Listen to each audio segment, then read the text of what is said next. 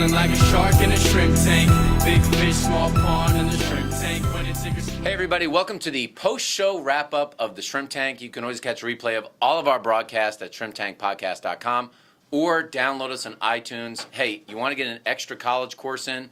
Listen to the last 20 shows of the Shrimp Tank, and you too will learn a lot of information that can help your corporate career or help you if you're an entrepreneur. We are very excited today to be joined by our CEO, Suprit Patel, who is the CEO of the Bestige Group. We've also got our co-host, as we do every week, Chris Hanks, who's the executive director and founder of the KSU, now Shore Center for Entrepreneurship, and joined by our good friend, seems to be down here a lot, Chris Arsenault, hangs in as sort of our Ed McMahon here on our Johnny Carson show. That's right, that's right. We like that. Why don't you tell us a little bit about the Bestige Group, what you guys do, and anything else that may be relevant to your business? May be relevant. Yeah.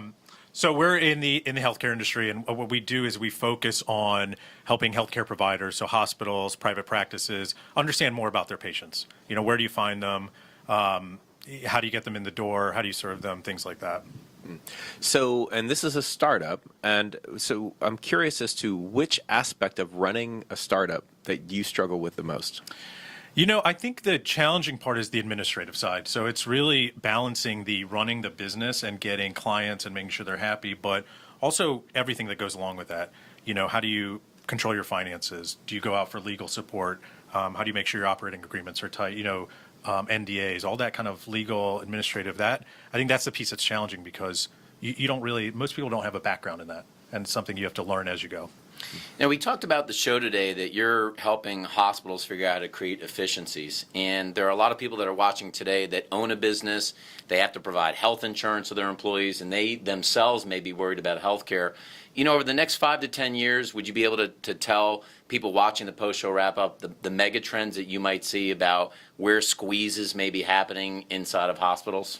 Oh, yeah. I think so. You know, I think that one area that there's a lot of focus on is patient acquisition, and one metric that we focus on is cost per patient acquisition. So how do you actually track that? Amount? That's what we're aiming to track. You know, and it's because it's not something that's been tracked before. It's hard to say it cost us $75 to get this patient in the door, and then we did X for them. So that's one thing we focus on because that has to be streamlined. You know, getting the right patients to grow your hospital, your practice, your business forward, and really attracting the right customer segment is something that I think there's going to be a lot of focus on as we move forward. So you see hospitals in the future saying, we only want to spend $100 to acquire a patient, and basically this 55-year-old male, female, this is the best patient for our hospital. Exactly, and that's also the tricky part, right? Because you don't want to think of healthcare as that, as saying we only want to spend X to get this person. But from a business perspective, they do have to start considering that. Now, my last question on here before we wrap this up is, do hospitals actually have to go through the same thing that restaurants do, like the whole, you know, inspections, pass those regulations? Oh, yeah. They do? Absolutely, yeah. They go through a lot of inspections. You know, for example, CMS will come through to make sure they're up to code to get Medicare payments, and if they're not, a lot of times those payments they'll halted for a period of time until they get everything up to code and in order. And so it's a constant stress, and they can be unannounced audits too. You know, they can just come in, look at your facility, and say, this isn't right. You have 5 days to get this corrected. Wow. Yeah.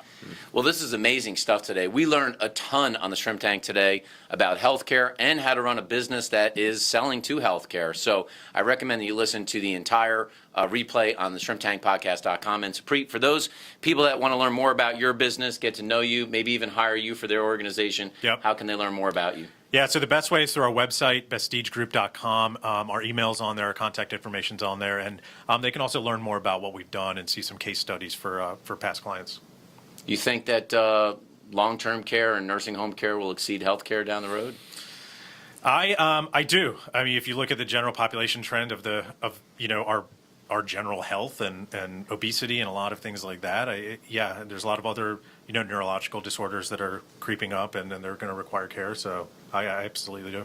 Well, thanks for coming on the program today. And for those of you that didn't hear the entire podcast, again, you got to listen to it, especially when Chris Hanks talked about growth sucking cash. That is an important thing you need to listen to.